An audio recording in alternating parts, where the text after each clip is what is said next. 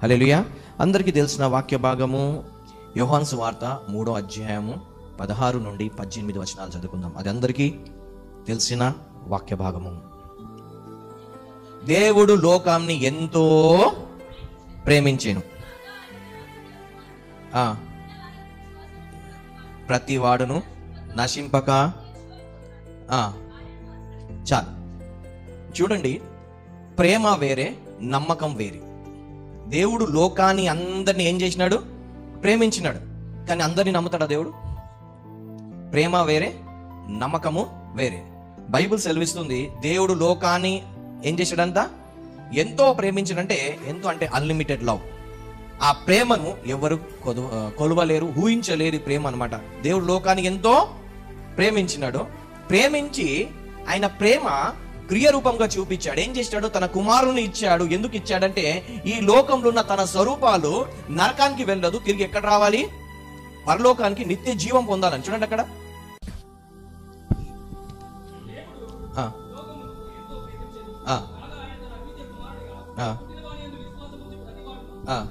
ఒక కండిషన్ పెట్టాడు. ఏం పెట్టాడంట? తన కుమారుని పంపించాడు. ఎందుకు?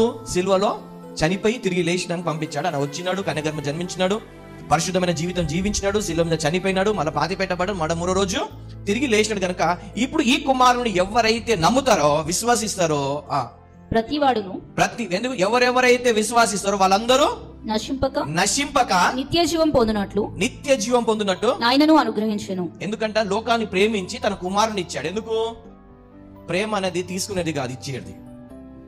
ప్రేమ అనేది మనందరికీ తెలుసు, లవ్ అంటే ఇచ్చేది. కానీ మనం లవ్ అంటే ఎక్స్పెక్ట్ చేస్తాం, ఇవ్వడానికి నాటకాలు, సొల్లు, కబుర్లు అన్ని ఏమేమో వంకలు చెప్తాం. కానీ దేవుడు రియల్ గా లవ్ చేసి ఏం చేశాడు? ఆయన కుమారునే ఇచ్చేసినాడు. కండిషన్ ఏంటంటే, ఇప్పుడు దేవుడు లోకాన్ని అందరినీ ప్రేమిస్తున్నాడు, వాళ్ళందరినీ రక్షించాలి. కానీ ఏంటంటే, ఈ కుమారుని ద్వారానే రక్షించాలి అని. అంటే దేవుడు ఆయన కుమారుని నమ్మినాడు, నమ్మి భూమికి పంపించాడు. ఎస్, ప్రేమ వేరే, నమ్మడము వేరే. ఒకవేళ యేసు ప్రభుని కాకుండా వేరే వ్యక్తిని పంపిస్తే, ఎందుకంటే యేసు ప్రభుని నమ్మడానికి కారణం ఏంటంటే, చూడండి, బట్టలు నచ్చకపోతే మార్చుకోవచ్చు, ఉద్యోగం నచ్చకపోతే మార్చుకోవచ్చు, అవునా? ఇల్లు నచ్చకపోతే మార్చుకోవచ్చు, అందులో నష్టం. ఒకవేళ ఒక గేమ్ ఓడిపోతే ఇంకో గేమ్ గెలవచ్చు.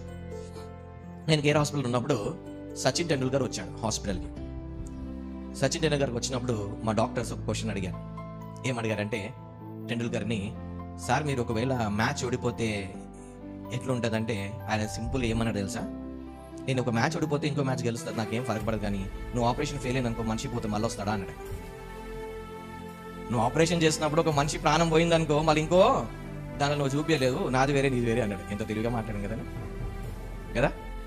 సో గేమ్ ఓడిపోతే వాస్తవం ఇంకో గేమ్, కానీ డాక్టర్ ఒక పేషెంట్కి ట్రీట్ చేయడంలో ఫెయిల్ అయితే ఇంకోటి ఆత్మ నష్టం. సో దేవుడు కూడా ఈ భూమిని ప్రేమించి, భూలోకాన్ని ప్రేమించింది కాబట్టి, ఈ ఆత్మలు ఒకవేళ మిస్ అయితే ఎక్కడ పోతారు? వీళ్ళు నరకానికి పోతారని, నరకానికి వెళ్ళొద్దని ఆయన కుమారుని నమ్మి పంపించాడు. ఈ కుమారుడు నమ్మకత్వంగా ఆయనకు అప్పచెప్పిన పని సమాప్తం చేశాడు. ఆయన ఏం చేశాడు? సమాప్తం చేసింది. కాబట్టి ఇప్పుడు ఏమన్నాడు? ఈయన ద్వారానే పరలోకానికి ఒక వ్యక్తి ఎందరో. ఇప్పటికీ దేవుడు లోకాన్ని ఎంతో ప్రేమిస్తుంది కనుక అందరి మీద ఏం అదే సూర్యుడు, అదే చంద్రుడు, అదే వెలుగు. వాళ్ళకి వాడు ఎట్లాంటి దుర్మార్గుడు అయినా సరే వానికి ప్రొవిజన్ ఇస్తున్నాడు దేవుడు. ఆయనకి ఏమి ఇస్తున్నాడు? 3 పూటలు తిండో, 4 పూటలు తిండో, 1 పూట, కానీ మొత్తానికి తనకి ఏం పెడుతున్నాడు దేవుడు? బట్ట తిండి పెట్టి పోషిస్తున్నాడు. దేవుడు నమ్మినా నమ్మకపోయినా ప్రతి వ్యక్తిని ఏం చేస్తున్నాడు దేవుడు? సమానంగా చూస్తున్నాడు. That is love. అది దేవుని ఒక ప్రేమ. ప్రేమ వేరే, నమ్మకము వేరే. హల్లెలూయా. ప్రేమ అయితే అందరిని పంచుతున్నాడు, కానీ ప్రేమించే వాళ్ళకి గెలిచి కొంతమందినే దేవుడు నమ్ముతాడు. యేసు ప్రభుని దేవుడు నమ్మినాడు, అందుకే భూమిని ఆయనకు అప్పగించినాడు. మత్తయి సువార్త 25వ అధ్యాయం 21వ వచనం చూద్దాం. అతని యజమానుడు, బలా నమ్మకమైన మంచి దాసుడా, నీవు ఈ కొంచెంలో నమ్మకంగా ఉన్నావు, నిన్ను అనేకమైన వాటి మీద నియమించెదను. ఏంటిది? దేవుడు కొంచెం ఇస్తే ఒక వ్యక్తికి, ఆ కొంచెంలో నమ్మకం ఉంటే దేవుడు ఏం చేస్తాడు? ఒకరికి 5 తలాంతు, 2 తలాంతు, 1 తలాంతు ఇచ్చినాడు కదా. ఈ 5 తలాంతు, 2 తలాంతు వాళ్ళు ఏం చేసినాడు? వాళ్ళు కొంచెం ఉన్నదాన్ని వాళ్ళు ఏం నమ్మకంగా డబల్ చేశారు. అప్పుడు దేవుడు ఏం చేశాడు? వాళ్ళకి ఇంకా డబల్ ఇచ్చాడు. ఇంకొకటి ఒక్కటి ఇచ్చింది, సోమరిపోతు, సాకులు చెప్పేటోడు, ఏం చేసినాడు? దాన్ని అట్లనే దాచిపెట్టినాడు. ఏం చేసినాడు? ఉన్నది కూడా 100 నుండి తీసి, అంటే ఈస్ అన్ఫేత్ఫుల్, అంటే వాడికి నమ్మలే దేవుడు కదా. నమ్మిన వానికి ఇంకా చూడండి, అబ్రహాంకి ఇష్టమైన కొడుకులు ఎవరండి? చాలా మంది ఉన్నారు.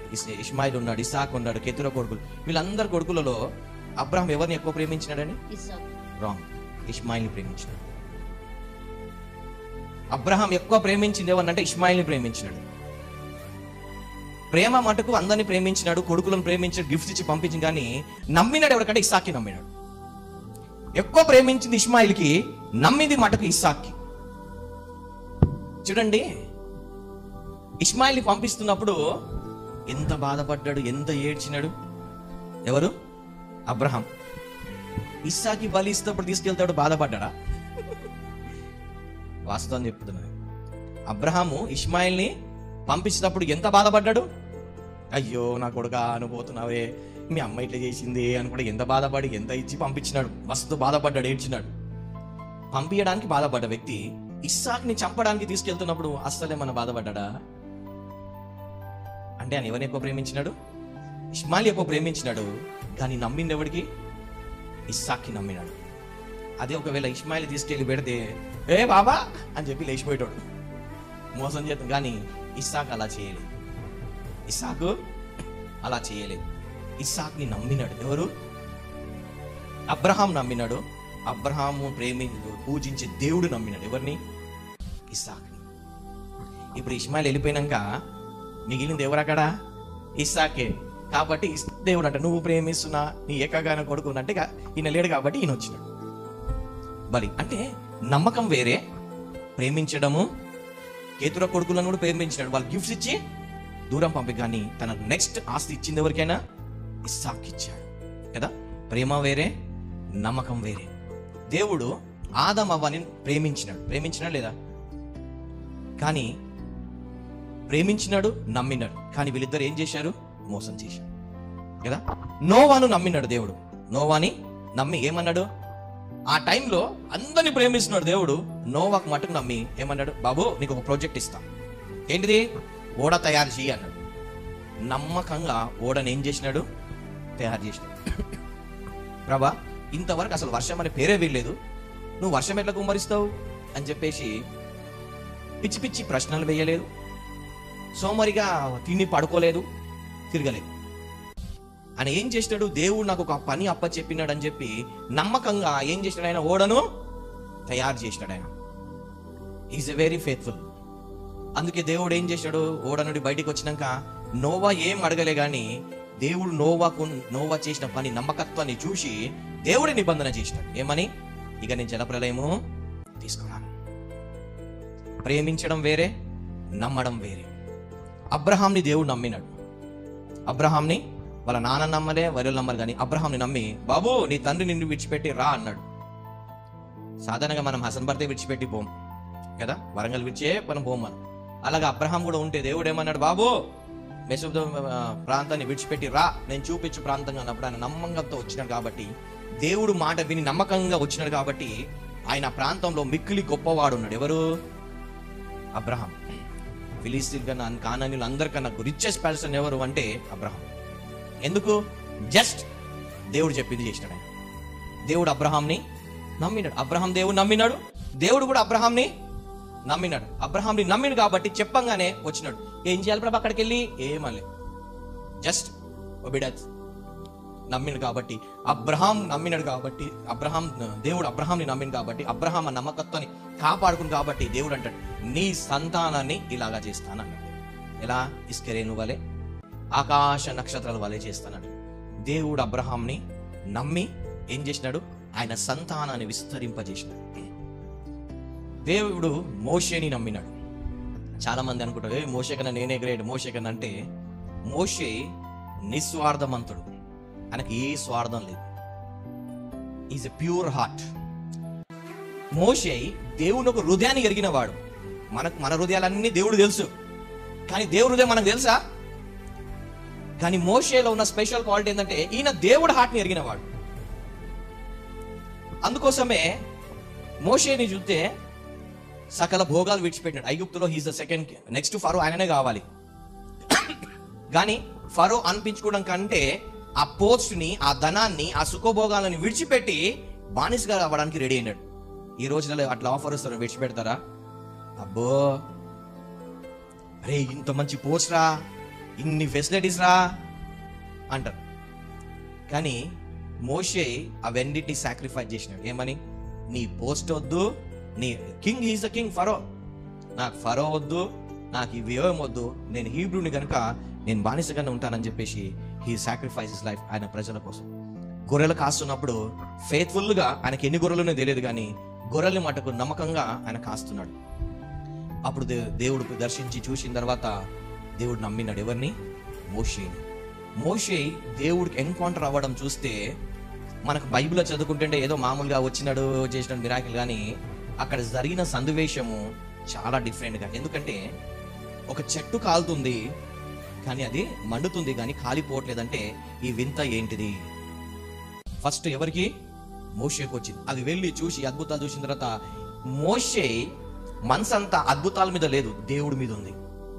నేను స్టార్టింగ్ నుండి గమనించండి, మోషే దేవుడికి ఎన్కౌంటర్ అయినప్పటి నుండి అద్భుతాల మీద అస్సలు ఫోకస్ లేదు అనేది, మొత్తం దేవుడి మీద ఉంది. ఎవరైనా అసలు ఈయన ఈ హార్ట్ ఏంటిది, ఈయన ఏంటిది అని చెప్పేసి ఆయన హార్ట్ మొత్తం దేవుడు హార్ట్ ని టచ్ అయిపోయింది. అందుకోసం ఈయన ఇక్కడ ఫరో దగ్గరకు వచ్చినప్పుడు మిరాకిల్స్ ని ఆరోన్కి చేయి బాబు అంటాడు. ఈయన చేయడు. ఆరోన్కి ఇచ్చి కట్టేయి, ఆరోన్కి ఇచ్చి నీళ్ళని కొట్టు అని చెప్పేసి చెప్తాడు. ఎందుకంటే ఈయన మిరాకిల్స్ మీద మనసు లేదు. ఎవరిది?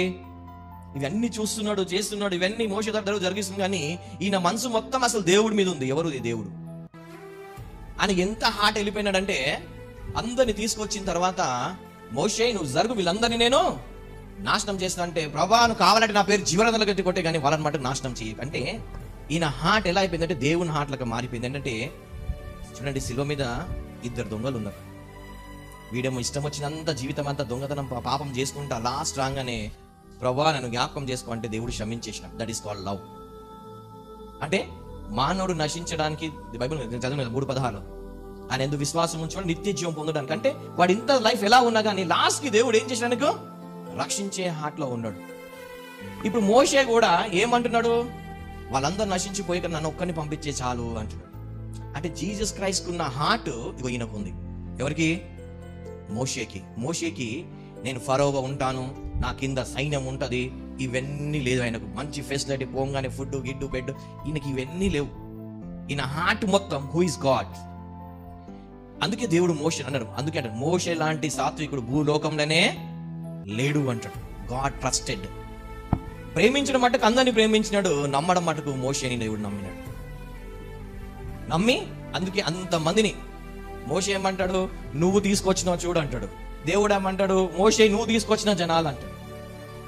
అంటే ఎంత హంబుల్నెస్ మోషే అంటాడు. ప్రభా వాళ్ళ దగ్గర నేను గాడిద కానీ ఏమైనా తీసుకున్నాను, ఏమీ తీసుకోలేదు అంటే ఎవరి దగ్గర ఏమీ ఆశించే వ్యక్తి కాదు మోషే. ఎవరి దగ్గర నుండి ఏది కూడా ఆశించలేదు. నువ్వు ఇస్తావా, నువ్వు చేయి, నేను ఇంత చేసినాను, నేను ఇది చేసినాను అని చెప్పేసి మోషే ఇతర సొమ్ము ఆశించే వ్యక్తి కానే కాదు.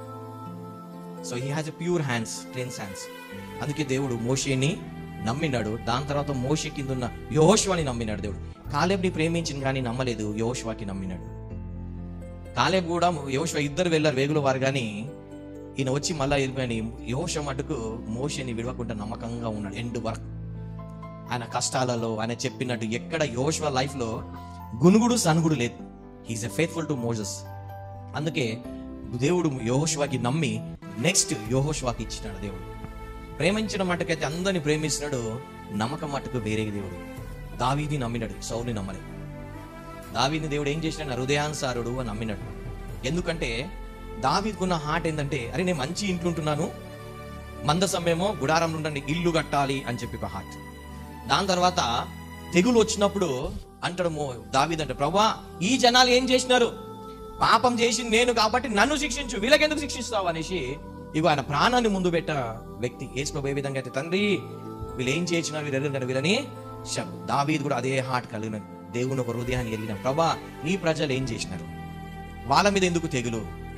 పాపం చేసింది నేను కదా, నువ్వు లెక్క పెట్టొద్దంటే లెక్క పెట్టింది నేను కదా, నన్ను నా కుటుంబాన్ని శిక్షించు కానీ వాళ్ళని మట్టుకు శిక్షించకు అంటాడు. వాళ్ళ ప్రజలు కరువులో ఉన్నప్పుడు మంచిగా అయిందని ఎప్పుడు అనుకోలేదు.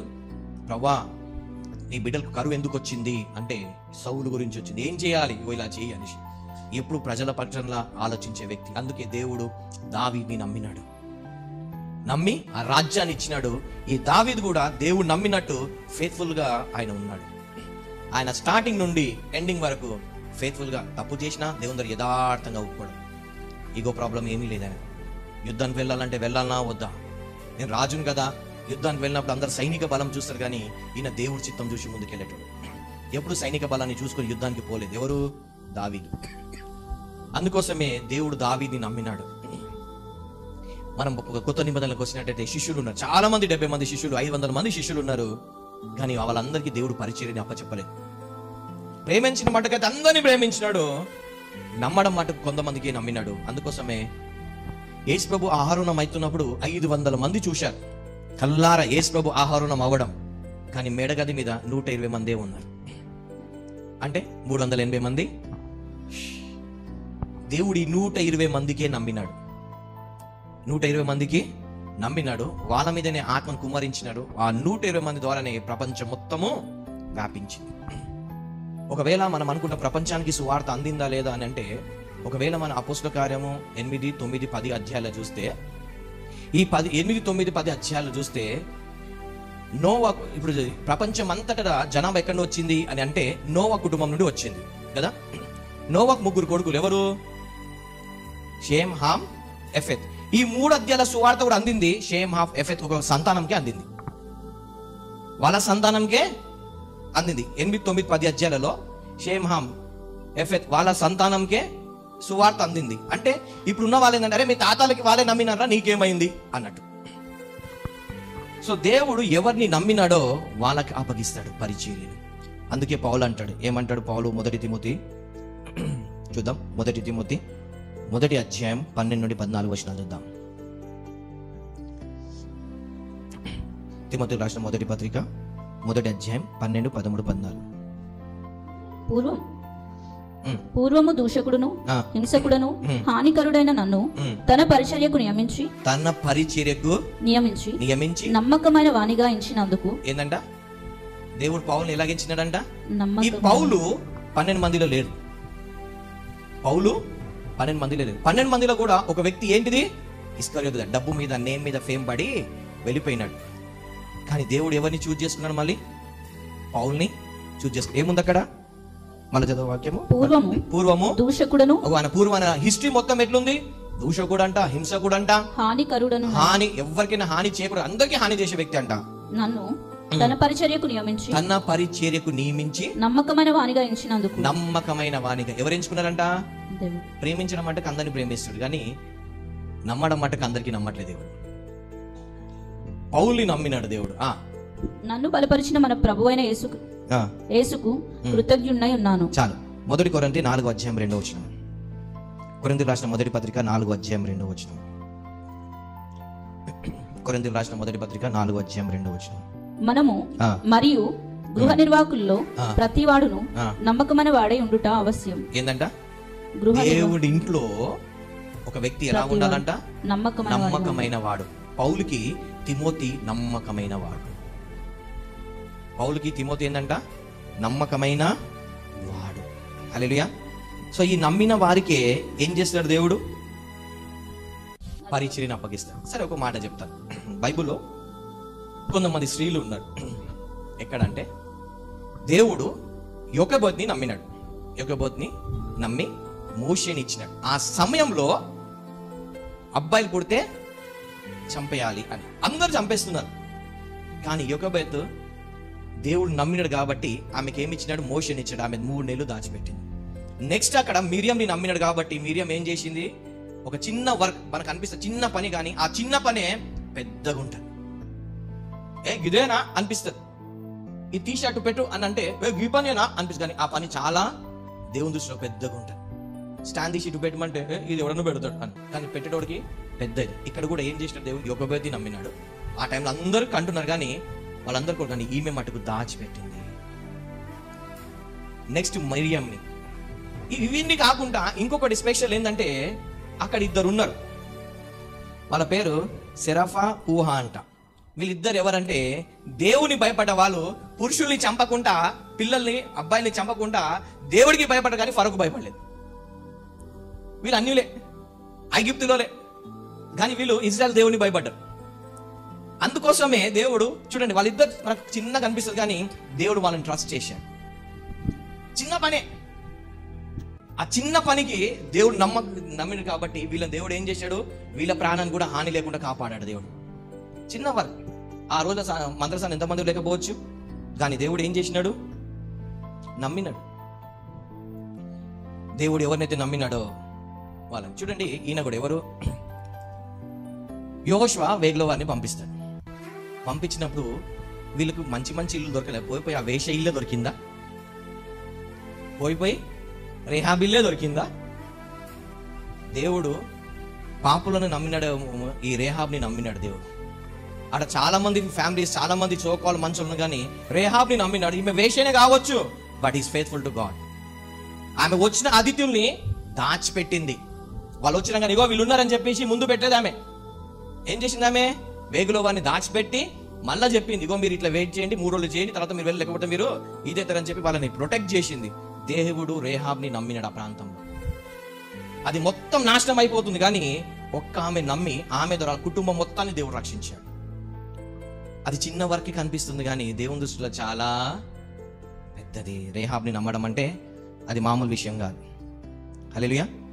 సో దేవుడు ఎవరికైనా ఏదైనా పని అప్పచెప్పాలి అంటే ఏం చేయాలి? ఇప్పుడు నేను కూడా ఉన్నా, అందరినీ ప్రేమిస్తా, నేను అందరిని నమ్ముతానా? నమ్మను. తెలుసు వస్తారని చెప్పి ఏదో వెళ్ళిపోతారు, పాస్టర్ గారు ఇటు అటు గాయపడిపోతారు, ఎవరు అందరూ తెలుసు. చర్చలో ఎవరు ఎట్లా, నేను ఎట్లా మీకు తెలుసు, మీరు ఎట్లా నాకు తెలుసు, ఎవరెవరు ఏం చేస్తారు నాకు తెలుసు, ఎవరు తప్పించుకుంటారు ఏం చేస్తారు నాకు. కానీ ప్రేమ మాటకు అందరికి నా ముందు ఎట్లా నటిస్తారు, నా వెనకాల ఏం మాట్లాడతారు కూడా తెలుసు నాకు. ముందు ఎట్లా నటిస్తారు, వెనకాల వెళ్ళి ఎవరెవరికి బ్రెయిన్ వాష్ చేస్తారు, ఎవరికి రాయలేస్తారు కూడా తెలుసు. బట్ స్టిల్ ఎందుకు అంటే, ఒక పాస్టర్ అంటే ఒక డోర్ మ్యాట్ అంట. పాస్టర్ అంటే డోర్ మ్యాట్ అంట. డోర్ మ్యాట్కి ఏం రాయబడి ఉంటుంది? వెల్కమ్ అని రాయబడి ఉంటుంది. వెల్కమ్ చెప్పినోడికి ఏం చేస్తారు, మొత్తం కాలు రాసి రాసి రాసి లోపలికి వస్తాం కదా. సో పాస్టర్ అంటే అదే అంట. ఏంటంట? వెల్కమ్ మ్యాట్ అనమాట. నువ్వు ఎంత రాసినా రారా బాబు పరలోకానికి అంటారు. That is called love. Love వేరే, దేవుడు నమ్మడం వేరే. అందుకోసమే దేవుడు అపోస్తులు, ప్రవక్తలు, బోధకులు, సువార్థికులు ఎందుకు పెట్టాడంటే God has to build trust. నమ్మిన వాడికి ఆయన ఏం చేస్తాడో అప్పచెప్తాడు, నమ్మని వాడికి దేవుడు ఎప్పుడు అప్పచెప్పాడు. ఎందుకంటే నువ్వు చిన్న వాటిలోనే నమ్మకం లేవు రా బాబోయ్ అంట. ఇప్పుడు మినిస్టర్లు వాళ్ళు కూడా ఏదైనా ప్రాజెక్ట్ ఇవ్వాలంటే డ్యూటీకి రిలేటెడ్గా వచ్చినోడికి ఎవరికైనా ఇస్తారా ప్రాజెక్ట్స్? నమ్ముతాడా? పోనీ ఎవరైనా కమిషన్ తీసుకునేవాడికి డబ్బుల విషయం నమ్ముతారా? అశ్రద్ధ చేసేవాడికి నమ్ముతారా? అది చిన్న వరకే కావచ్చు. అశ్రద్ధ చేసేవాడికి నమ్ముతారా? నీకేమైనా వరాలు ఇవ్వాలన్నా, నీకేమైనా పరిచర్యలైనా, ఏమైనా నీకు ఇవ్వాలన్నా ఫస్ట్ చిన్నది ఇచ్చి చూస్తాడు. ఒకవేళ నువ్వు చిన్న దాంట్లో ఫెయిత్ఫుల్గా ఉన్నావా, బలా నమ్మకమైన మంచి దాసుడా, నువ్వు కొంచెంలో నమ్మకున్నావు కాబట్టి నీకు ఇగో, నువ్వు కొంచెమే నమ్మకం లేదనుకో, నెక్స్ట్ పెద్దాని కోసం ఎంత పాకులన్నా నీకు రానే రాదు. దేవుడైతే అందరినీ ప్రేమిస్తుంది, కానీ నిన్ను నమ్ముతున్నాడా? ఏదో చిన్న విషయంలో నీకు నమ్ముతున్నాడా దేవుడు? నీకు ప్రేమిస్తుంది కాబట్టి నీకు మంచి బట్టలు ఇచ్చాడు, మంచి ఇల్లు ఇచ్చాడు, టెన్షన్ లేకుండా మంచి లైఫ్ ఇచ్చాడు, మంచి ఫ్యామిలీ ఇచ్చాడు, నీకు మంచి వరాలు ఇచ్చాడు, మంచి గిఫ్ట్స్ ఎలా ఆపరేట్ చేయడం తెలుసు, అన్నీ తెలుసు. తెలిసినాక దేవుడు ఇవన్నీ ట్రైనింగ్ ఇచ్చినాడు. అన్నీ అయిపోయిన తర్వాత నీకు నెక్స్ట్ దేవుడు ఒక మెయిన్ ప్రాజెక్ట్ ఇవ్వాలంటే నీకు నమ్ముతాడా దేవుడు? లేకపోతే ఈ ట్రైనింగ్లనే అవి ఎవడు చెప్తాడు ఇవి చెప్తాడు అనేసి ఇది చేస్తే how God will believe you? నీకు దేవుడు ఎలా నమ్ముతాడు? మనం అనుకుంటాం సౌలు అనుకున్నాడు, సౌలు అందరిని చంపేటాడు, సడన్ గా ఆయన సౌలు పాలుగా మార్చేసినాడు దేవుడు. దేవుడు ఇక్కడ అంటాడు గాడిదతో నోరిప్పినాడు. బిలాం నకరాలు చేస్తే గాడిదకి నోరిప్పినాడు. ఇప్పినాడు, గాడిదకి నమ్మినాడు, బిలాంకి నమ్మినాడు, గాడిదకి నమ్మినాడు దేవుడు.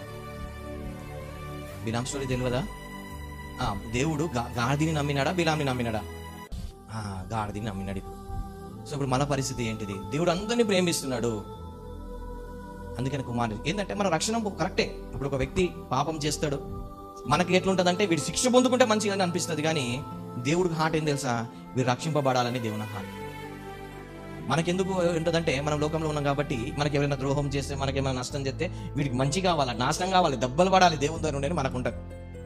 కానీ గాడ్ హార్ట్ ఎలా ఉంటుందంటే వాడికి రక్షించాలని ఉంటుంది వాడికి.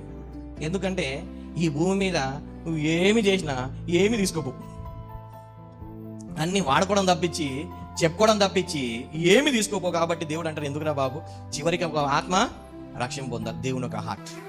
అందుకే యోనా దేవుని ఒక హార్ట్ని తెలిసిన వ్యక్తి. ఎవరు? యోనా. 4 అధ్యాయాలు అంటారు, నాకు తెలియదా నువ్వు ప్రేమగల దేవుడు, జాలిగల దేవుడు, కన్నగల దేవుడు కనుక ఇప్పుడు ఏంటి నేను అంతా ప్రచారం చేస్తే నువ్వు వాళ్ళకి చంపవని నాకు తెలియదా, అందుకే నేను పారిపోయినా అంటాడు. అందుకే నేను పారిపోయిన దేవుడు అంటాడు, అందుకే మళ్ళీ నీకు తీసుకొచ్చిన బిడ్డ అంటాడు కదా. అందుకే నేను పారిపోయినా అంటే అందుకే నేను తీసుకొచ్చిన, ఎందుకంటే he's a faithful. Yona faithful, దేవుడికి నమ్మదగిన వాడు. కానీ ఏంటంటే ఇగో ఈ ఆయనకంటే గాడ్ హార్ట్ ని తెలిసిన వ్యక్తి. ఈయన ఏం కోరుతున్నాడు?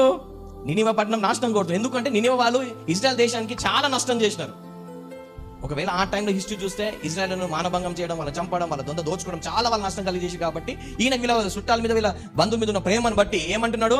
వాళ్ళు నాశనం కావాల్సింది. కానీ దేవుడు ఏమంటున్నాడు? నేను నశించి దాన్ని వెతికి రక్షించడానికి వచ్చినట్టు నాయనా.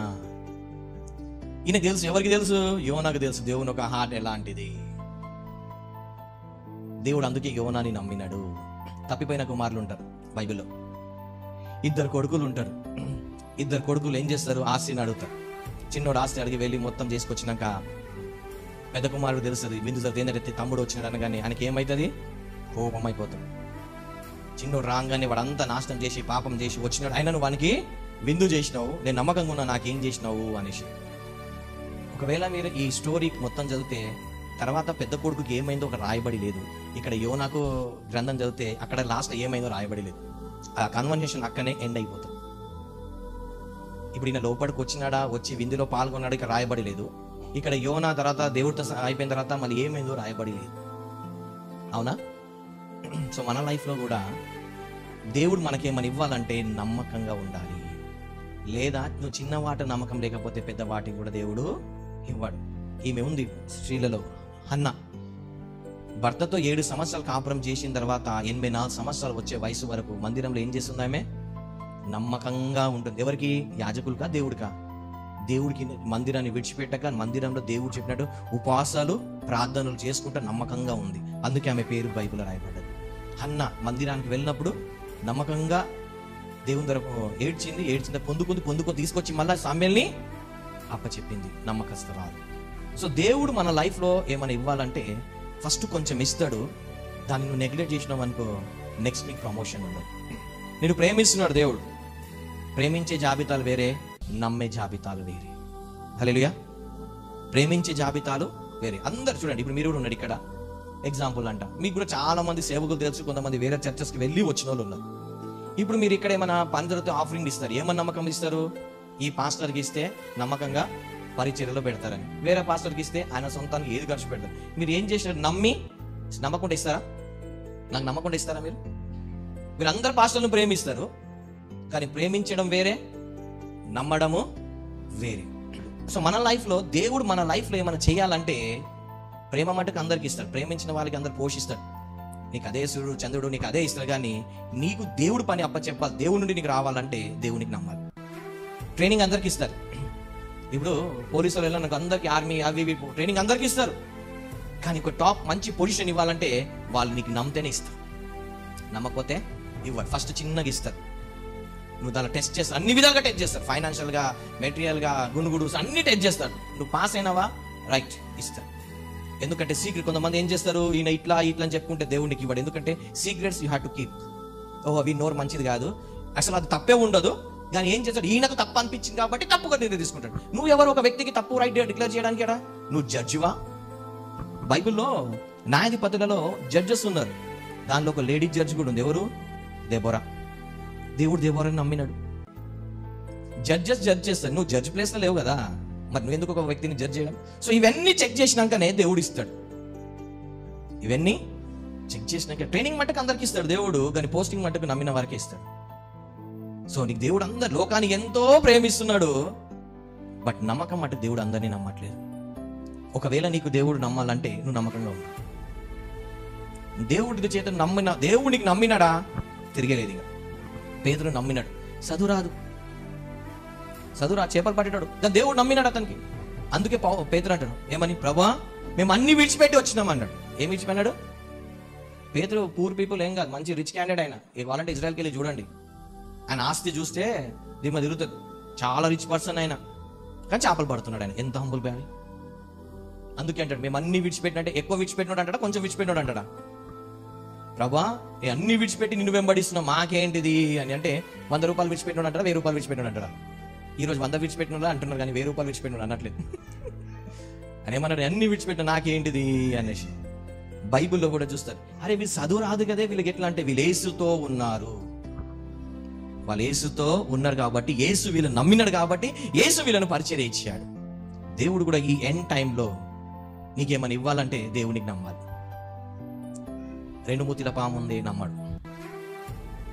దేవునికి పరిచర్య ఇవ్వాలంటే, దేవుని వాడుకోవాలంటే ఏదైనా కానీ ఏం చేయాలి? దేవునికి నమ్మాలి.